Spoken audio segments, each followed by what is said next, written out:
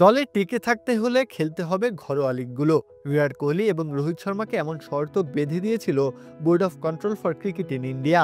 এবার সেই শর্ত পূরণ করলেন রোহিত, তবে কোহলির সিদ্ধান্ত এখন অজানা। টেস্ট এবং টি-20তে অবসরের পর থেকে দুজনের ওয়ানডে ভবিষ্যৎ নিয়েও শেষের গুঞ্জন ওঠে। 2027 বিশ্বকাপের কথা মাথায় রেখে রোহিত কোহলিকে ছেটে ফেলার জন্য উদ্যত হয় অনেকেই। তবে সব জল্পনা কল্পনার অবসান ঘটিয়ে অস্ট্রেলিয়া সিরিজে দুজনে ফেরেন একসাথে।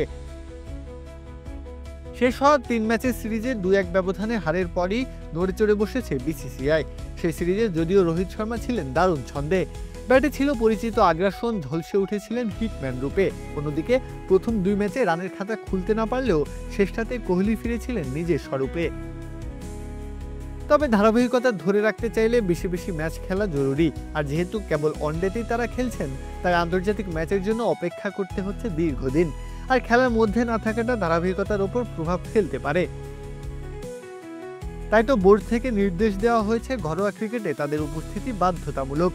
ইন্ডিয়ান এক্সপ্রেসের প্রতিবেদনে জানা গেছে, বিসিসিআই ইতিমধ্যে কোহলি ও রোহিত দুজনকেই জানিয়ে দিয়েছে যে ভারতের হয়ে খেলতে হলে তাদের ঘরোয়া ক্রিকেটে নামতে হবে। বলা হয়েছে যেহেতু তারা 2 ফরম্যাট থেকে সরে দাঁড়িয়েছেন, তাই ম্যাচ ফিট থাকতে ঘরোয়া ক্রিকেটই আবশ্যক।